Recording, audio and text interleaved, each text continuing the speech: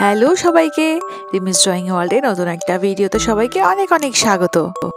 আজকের ক্লাসে আমি চলে এসেছি আমার ছোট ভাই বোনদের জন্য আবারও একটা ভীষণই ইজি এবং ভীষণই সিম্পল একটা সিনারি ড্রয়িং নিয়ে, যেটা আঁকতে তো ভীষণই সহজ এবং লাগবে আমাদের শুধু অল্প কয়েকটা রং। তাহলে চলো ছবিটা আঁকা শুরু করে দিই। ছবিটা তো প্রথম একটা ঝলক তোমাদের দেখালাম। এইবারে ছবিটা আঁকার জন্য সবার প্রথমে যেই একটা ঘর রয়েছে সেই একটা ঘরকে ভীষণ ইজিভাবে এঁকে নিচ্ছি। তারপরে এই যে জমিটার উপর রয়েছে সেই জমিটার এই যে এইগুলো একটু ঘাস ঘাস টাইপের আছে, যেহেতু এটা গ্রামের সিন দেখাচ্ছি তাই সেইগুলো আগে করে নিচ্ছি। করছি ঘরের দরজা জানলা এই সমস্ত কিছু। এইবার করব পিছনে থাকা দুটো তাল গাছ। তাল গাছটা আঁকার জন্য দেখো উল্টো ইউ লিখে এরকম ভাবে করে ভাগ ভাগ করে এই পাতাগুলো এবার ড্রয়িং করছি।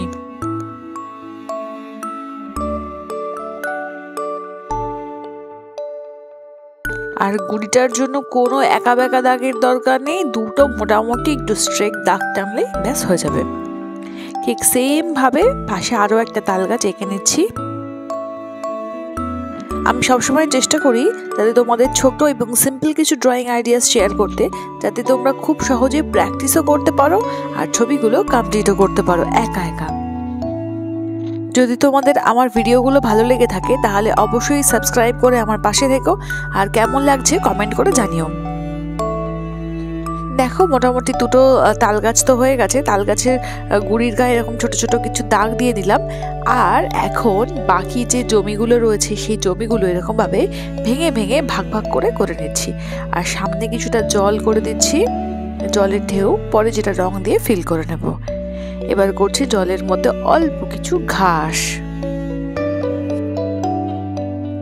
দেখো এরকম ভাগ ভাগ করে ভেঙে ভেঙে অল্প অল্প ঘাস করছি।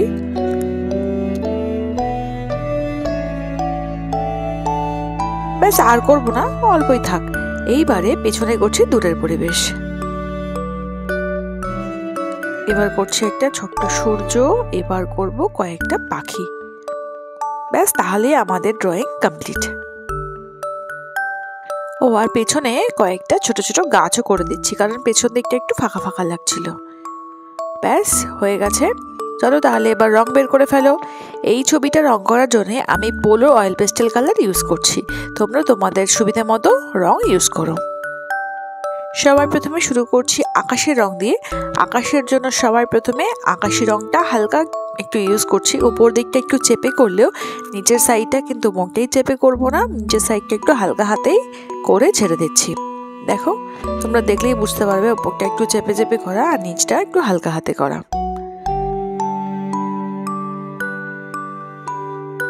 ব্যাস হয়ে গেছে আমাদের আকাশের রং। এইবারে এই আকাশি রংটা দিয়ে জলেও একটু করে নেব। জলেও ঠিক সেম ধার, যেই যে কর্নারগুলো রয়েছে সেই ধারগুলোতে একটু ডিপ করে করলেও মাঝখানে যে জলের ফ্লোটা রয়েছে সেই ফ্লোর জায়গাটায় একটুখানি হালকা টোনে রংটা করব। দেখো ঠিক এইভাবে।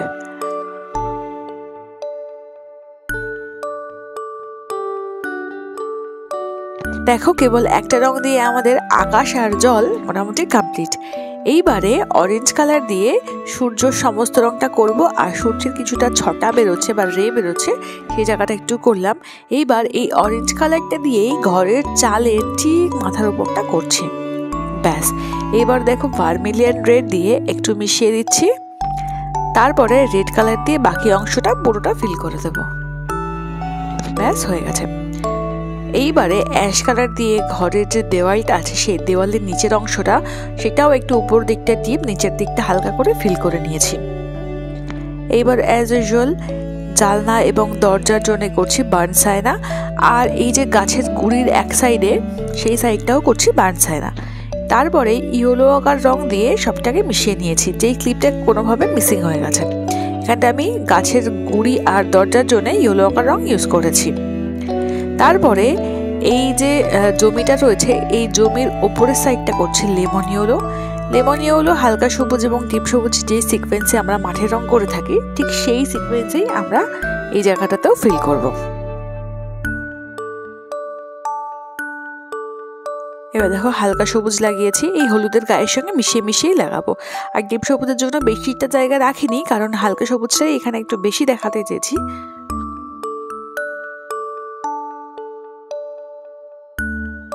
হয়ে গেছে। এইবারে অল্প একটুখানি মিডিয়াম গ্রিন বা ডার্ক গ্রিন কালার ইউজ করব। দেখো ঠিক এইভাবে নিচের সাইডটাতেই খুব অল্প অল্প পরিমাণে।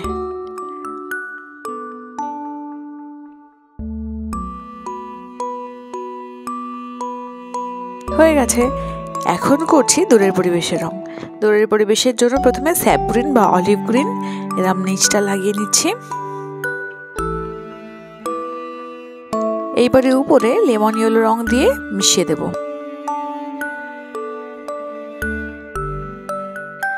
একেবারে এই সবুজ রঙের গায়ের ভেতর ঢুকিয়ে ঢুকিয়ে মিশিয়ে দিয়েছি। তারপরে এই যে দূরে যে কয়েকটা গাছ রয়েছে সেই গাছের জন্য ইউজ করব কেবলমাত্র হালকা সবুজ আর লেমন ইয়েলো।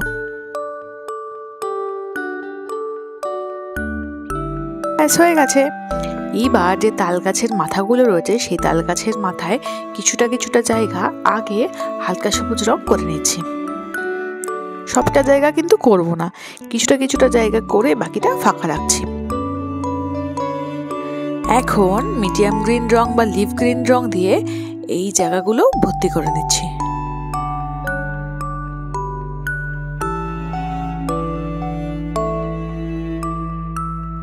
তাহলে গুনে দেখলে আমাদের কতগুলো রং লাগলো। ব্যাস আমাদের ছবি কিন্তু অলমোস্ট কমপ্লিট। এইবারে খুবই সামান্য কিছু টোন দেওয়া বাকি। জলের জন্য ইউজ করব একটুখানি প্রুশিয়ান ব্লু, তাহলেই আমাদের কিন্তু ছবি পুরো কমপ্লিট হয়ে যাবে। দেখো জলের ধারগুলো অল্প একটু প্রুশিয়ান ব্লু কালার ইউজ করছে।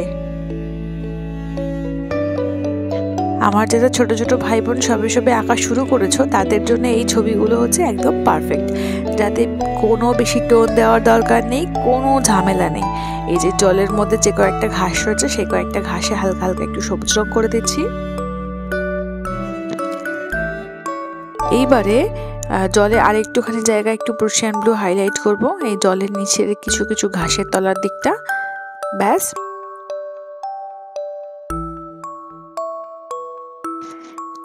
এখন চাইলে তোমরা গ্লাস মার্কিং ইউজ করতে পারো, আর না চাইলে হালকা একটু কালো রং দিয়েও তোমরা এই জায়গাটা ফিল করতে পারো, কোনোই সমস্যা নেই, যেটাই তোমাদের খুশি। না চাইলে নাও করতে পারো। ব্যাস দেখো আমাদের ছবি তো আঁকা মোটামুটি কমপ্লিট, ছবি রং সবটাই কমপ্লিট।